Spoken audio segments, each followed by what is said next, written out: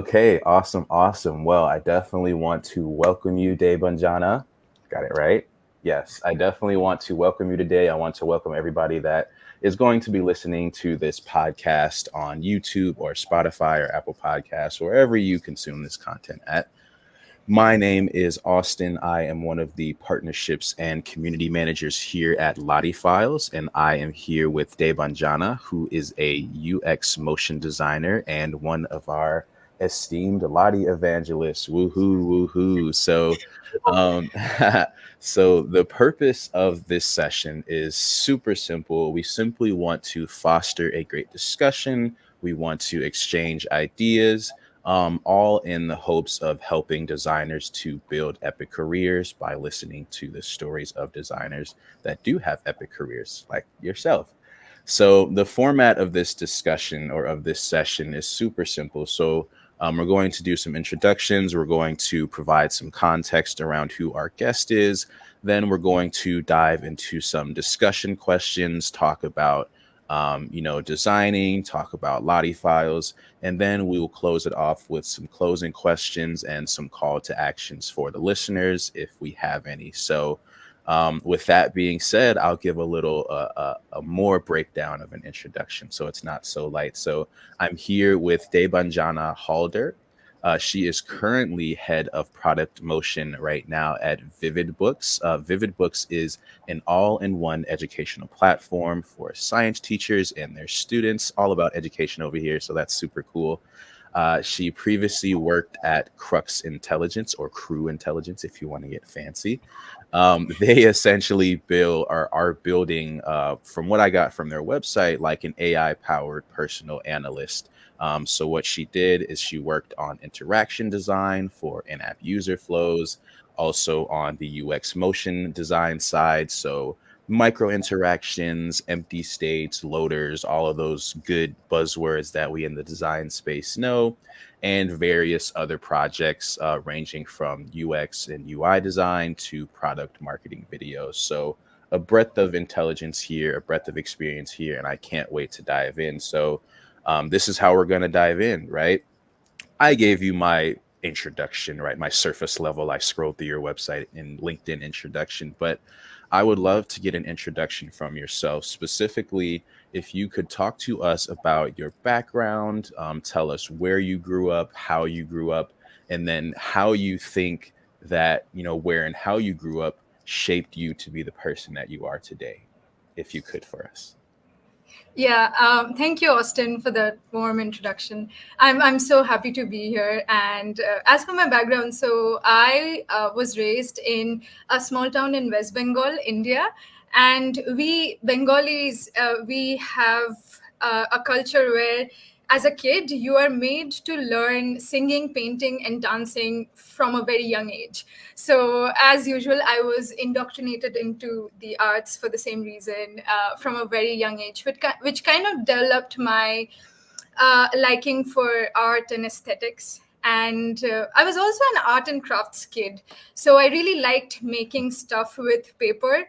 And so, I had this nursery rhymes book, which was a pop-up book.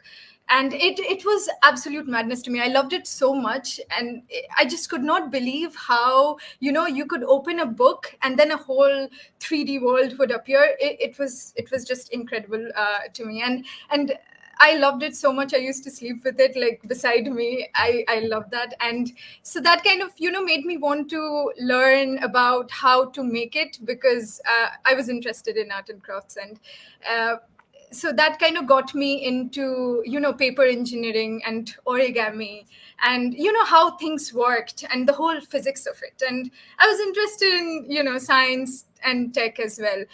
And during that point of time, I read about this NASA physicist who was also an origami artist, Dr. Robert Lang, I think that was his name. He designed this space telescope using the principles of origami, and that was so mind blowing to me. Like, how you could combine what you learn from different fields to inform and accelerate innovation in other fields. So that kind of made me want to not limit myself to just one of my interests, and rather to pursue, and explore how I can, combine my interests in art and technology. And I was in school at that point of time. I had no idea about the UX design field, but I had no other option but to study engineering. So which is why I studied engineering, but then I wanted to explore design as well. So I found out workarounds to kind of learn about design and step into UX design after that. So yeah, I mean, it was fun. It was really fun, like trying to find new ways to and new places where I could learn from, about design and yeah. Yeah, no, that was an awesome introduction. I really appreciate you diving into principles of origami and how Dr. Robert Lang used it to create a telescope. I never heard that story before. And I love, I call them hero backstories, right? This is your hero backstory. And the reason that I like to uncover these hero backstories is because there are a lot of people that, may grow up in a similar situation as you, to where they, had to learn and sing, learn how to sing and dance at a young age. And maybe, that progressed into a career that they necessarily didn't want. So it's kind of inspiring to hear a story from somebody that started off that way, but then, found her own path and is successful in design. So I really appreciate you for sharing that story here. I would love for you to dive more into that designer journey. Like, you talked a little bit about getting into the field after, your studies and things like that, but I would love to hear some anecdotes, some stories about, what did that journey look like? Were you looking for, I saw internships on your LinkedIn profile. So can you tell us about the internships and maybe how that led into a career field, but just really dive into that transition from, getting out of school and getting into the workforce and getting into design? Yeah. So how I started with design was, so I was looking at ways how I could learn design outside, because in our curriculum we did not have any design courses. So I was looking at conferences to attend, to network and everything, and I found out about this design conference called UX India, which was the oldest design conference on UX design in India. And I couldn't afford the tickets at that point of time. So I emailed them to kind of requesting them if I could join them as a volunteer. And that's what I did, and they accepted. They very, like, happily accepted me as a volunteer, and that's how I could attend the UX design conference. And that sort of, was a pivotal experience in my design career, and it sort of made me gain confidence that uh, I could just reach out to people and cold mail, which is how I kind of got my first internship, which then led to the second one. And yeah, that's how I started learning about design, through hands-on experiences in like through internships.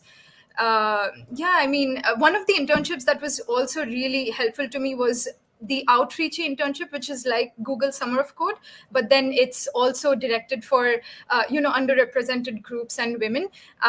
It's like the internship is directed is for women and underrepresented groups, and they have internships in documentation, UX design, as well as coding. So I did an internship there, which was also a really amazing learning experience for me. And yeah, that's how I got into learning about UX design through my internships. And I mean, the last company I worked for as an intern while I was at school, they offered me a full-time job, and that's how I got into a UX design career as well. So yeah, that Yeah, was my career journey, if I may say so. Yeah. that's awesome. That's absolutely Yeah. awesome. So I want to touch on mentorship because I think throughout hosting these podcasts and talking with people like yourself, some people had mentors and some people didn't in terms of their journey. And without Yeah. having that mentor, maybe that journey took a little bit longer. So I want to ask you, did you have any mentors along this process? Did you seek out any mentors along this process, or was it kind of you versus the world and you got to figure it out on your own? Yeah, I mean, I would say I was very lucky to have people in during my internships as well as my work currently as well, who are such a pleasure to work with. I mean, I have had mentors during my internships, Ashish, and then after that, while I was at Crux, there's Sasha, Amit, Ayush, and now currently at Vividbooks, Vitek, Marketa, and Shimon. They have been like it's I can you can always learn so much from people, and they have been really amazing people to work with.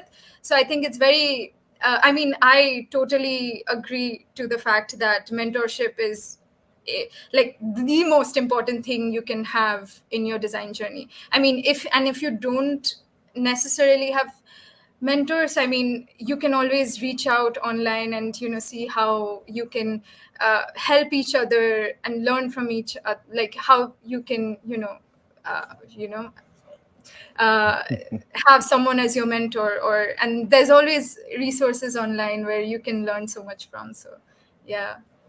Yeah, no, this is really great conversation.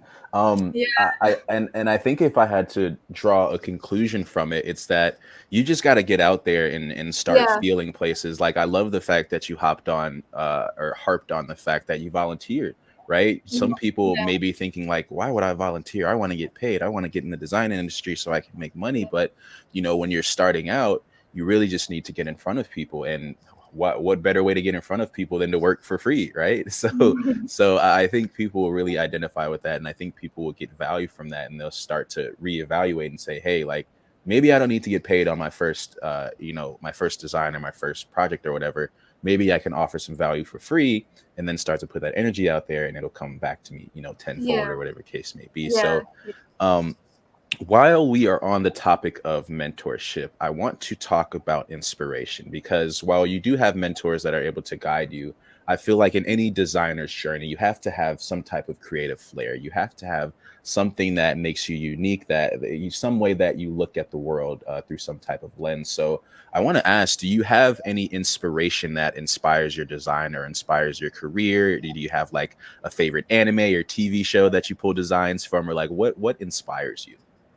Yeah, definitely. I mean, I am like initially in my career, I used to watch a lot of design documentaries, and a few of the very influential ones for me were Gary Huswitz's design trilogy, Exit Through the Gift Shop, and Ames, the Architect and Painter. Like in terms of design, those were very influential, and I really love learning about origin stories and how things are, and how things came to be what they are, how people came to be how they are. And I love anime and animated movies and films, and a few of my favorites are definitely Yoshifumi Kondo's Whisper of the Heart, Persepolis, and then Leela Abdul Razak's Stillborn, and Ghost Animation Suede.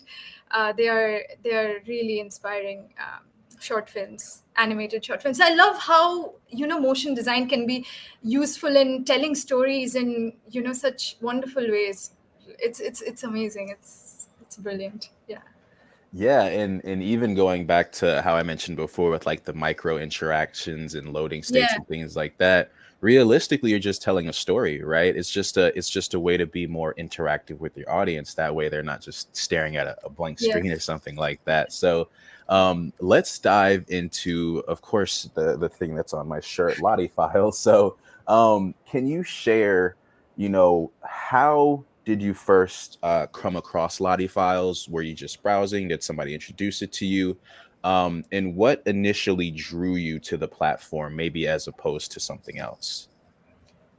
Yeah, I think it was back in 2018 or 19. I was while I was learning about design, I was going through a lot of design systems, and I actually came across Lottie on Airbnb's design system, and subsequently I came across LottieFiles. And because I was already into motion design by that point of time, it absolutely intrigued me, the fact that LottieFiles can reduce the sizes of animation so much, and the fact that it's so developer friendly, it can be implemented so easily.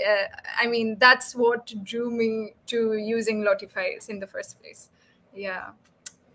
Yeah, and that's definitely typically people's response, and as I'm learning myself, and I would like for you to touch on this as well.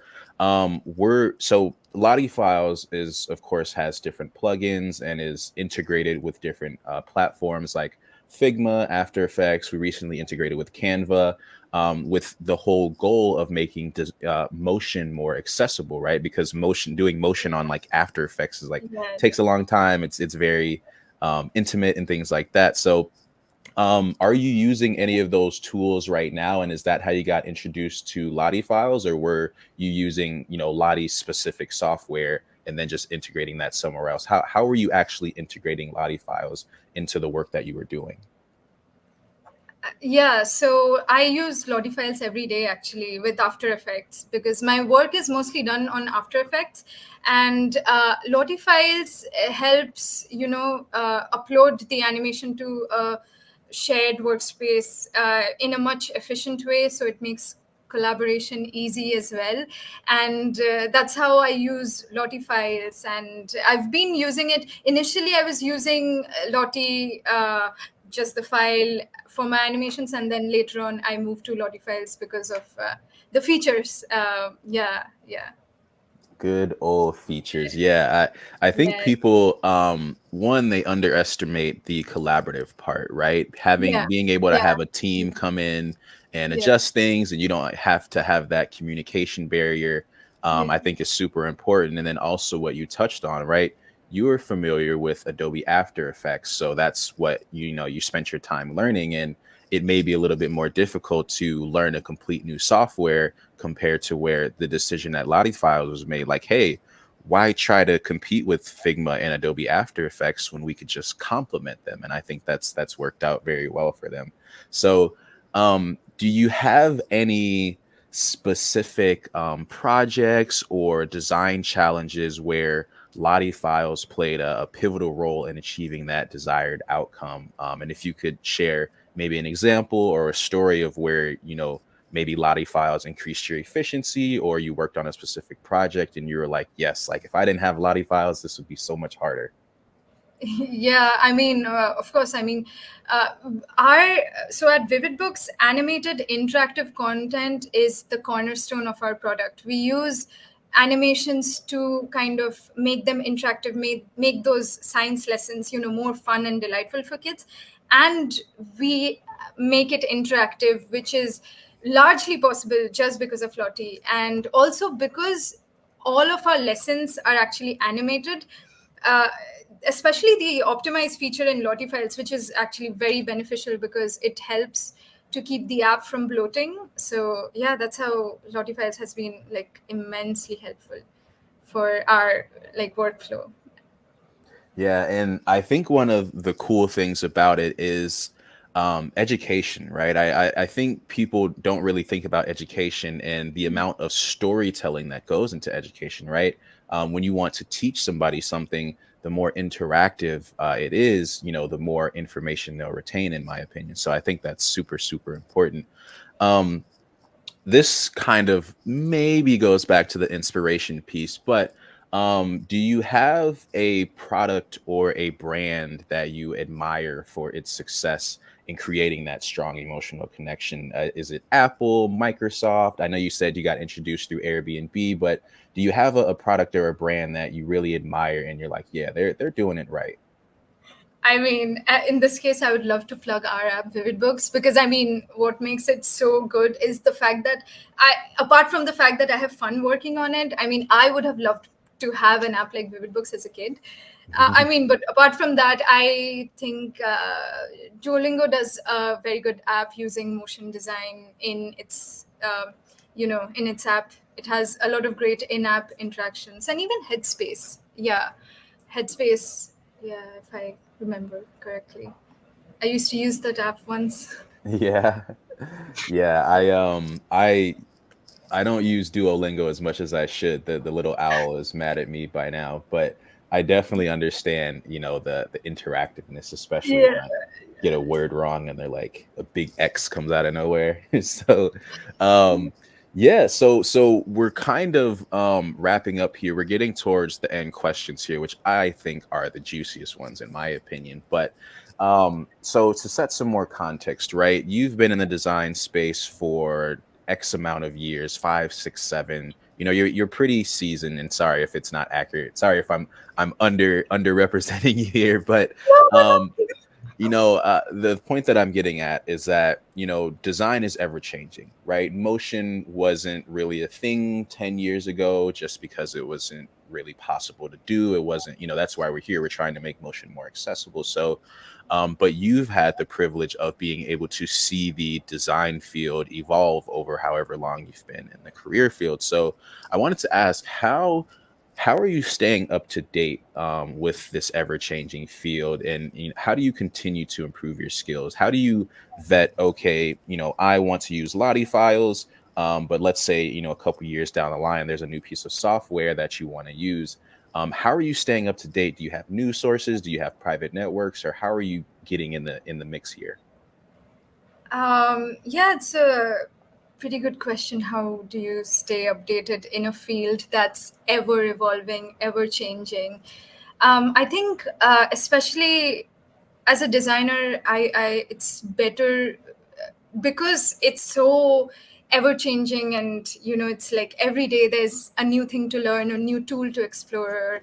uh, I think it's important to kind of build your personal design philosophy and what design means to you, how do you want to use it, and then build your technical skills around it. I think that's how you stay updated in a way that's also good for you. And apart from that, I mean, in terms of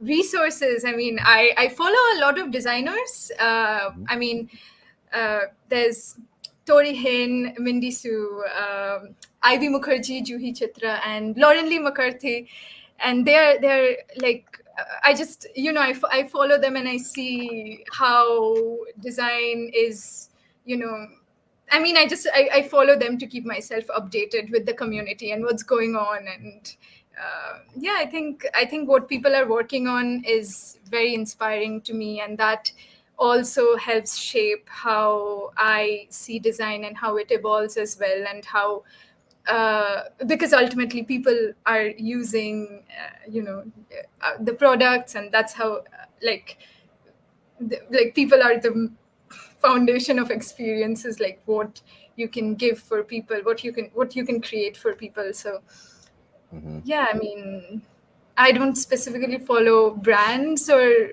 Hmm. maybe, yeah, what, yeah. No, this is all good. Like I said, there's no right or wrong answer. Everybody has Yeah. their own bread and butter.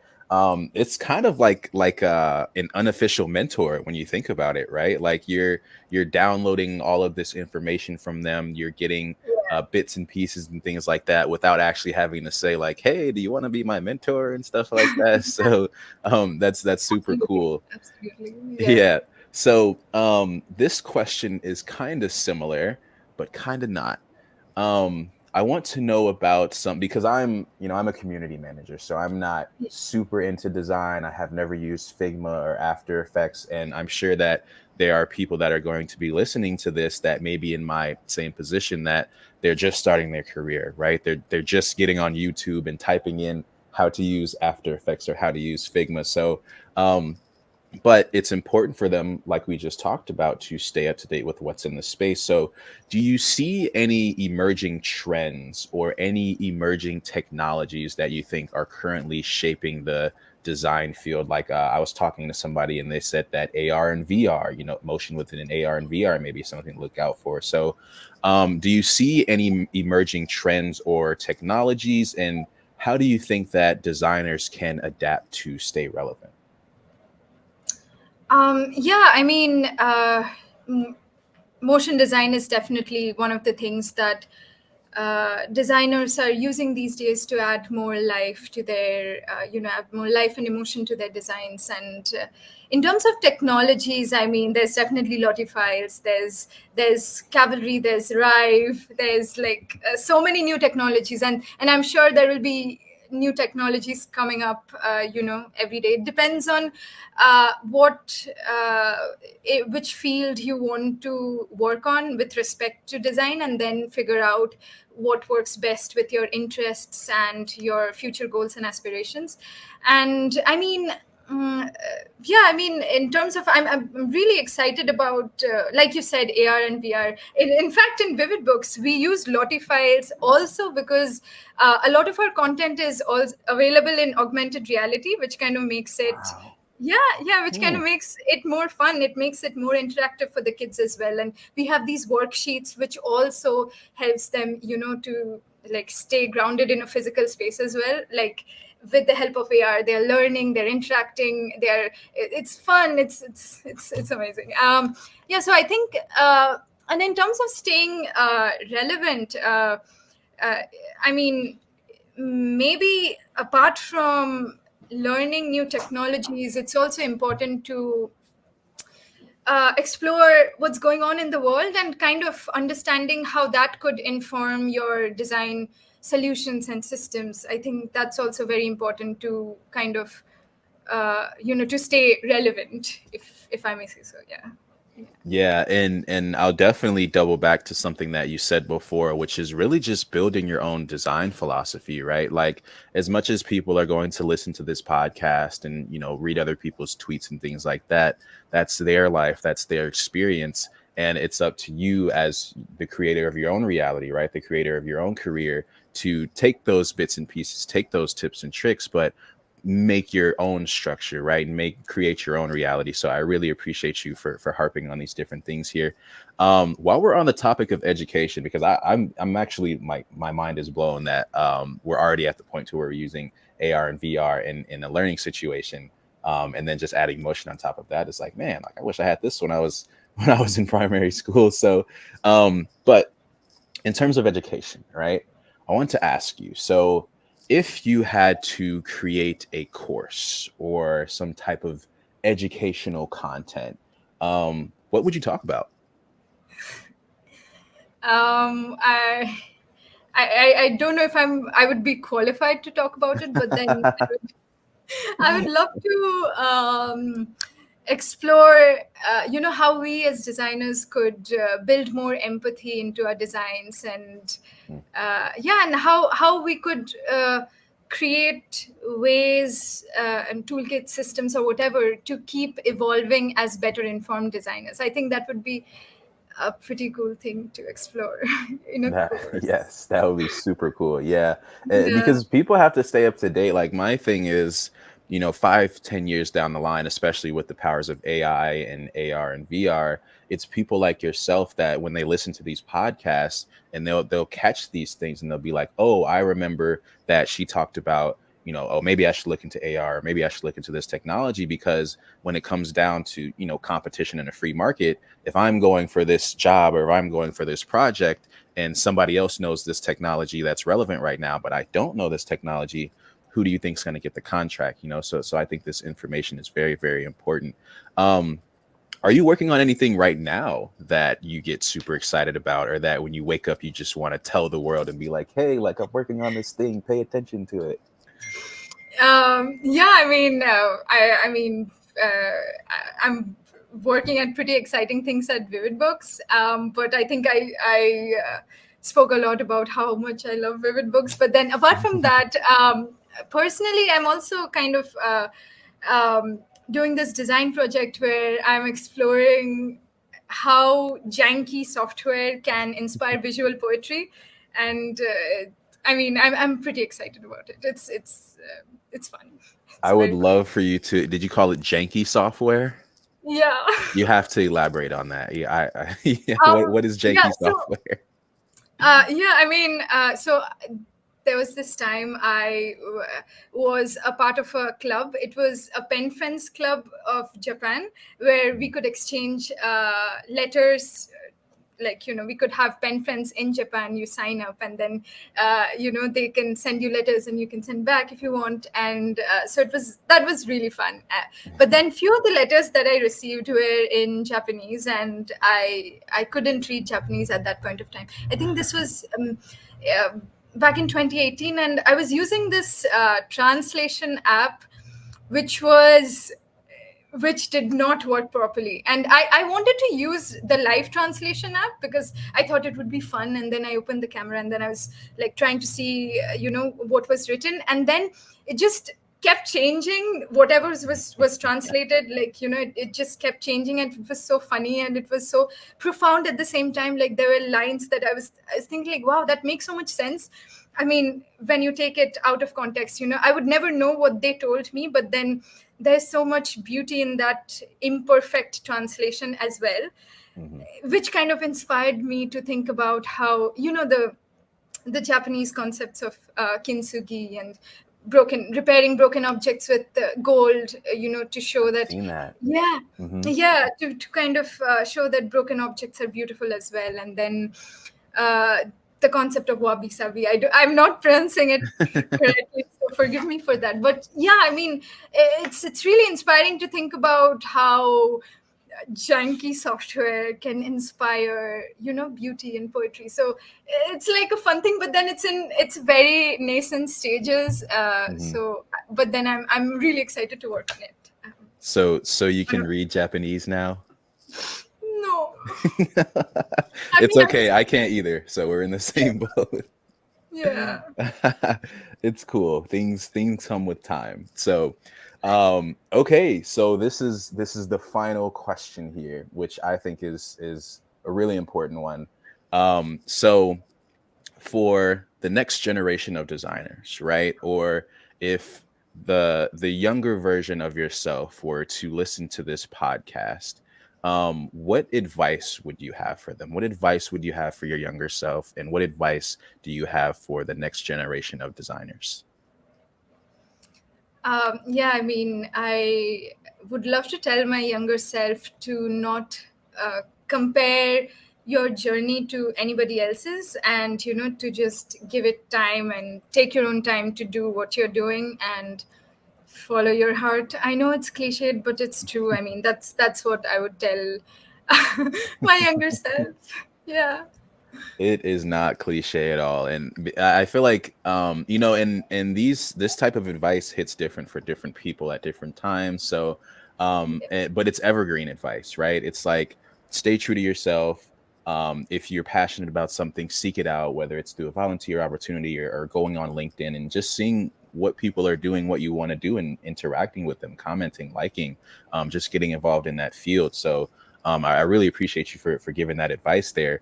Um, so where can, and this is like the call to action portion of what we're doing here. So where can listeners follow up to you, plug all your social media and things like that? And not only where can listeners follow up with you, but how can listeners support you in your journey? Yeah, I mean, I'm available everywhere online at Debanjana, Debanjanah, and on Twitter, LinkedIn, Instagram, wherever you wanna say hi. I mean, in terms of support, you can connect with me and maybe like let me support you, help you. I mean, you can help me by helping yourself. I don't know. Yeah. Yeah, yeah. I mean, I'm at Devanjana everywhere online. At Debanjana everywhere online. Perfect, Yeah. perfect, perfect. Okay, awesome. Well, that has been a session. I really, really want to express my sincere gratitude for you coming out and spending some time with me, spending some time with our audience, sharing your story, being vulnerable with us, and giving all these tips and tricks and pieces of advice. So I really want to thank you for that. And I also want to thank everyone that is going to be listening to this and lending us their ears as well. So yeah, with that being said, go ahead and follow her on all of the social medias that she just mentioned. We're probably going to pop those in the YouTube descriptions and the podcast descriptions as well. But yeah, of course, this event is recorded. It's going to be posted on Apple Podcasts, Spotify, and YouTube, depending on where you're listening at, whatever's your, pick your poison. But that is it. Again, my name is Austin. I am one of the community and partnership managers here at LottieFiles. This has been a LottieSpaces, and we will see you on the next one. Woohoo! Thank you so much. It And was like, record. thank you for having me. It was amazing.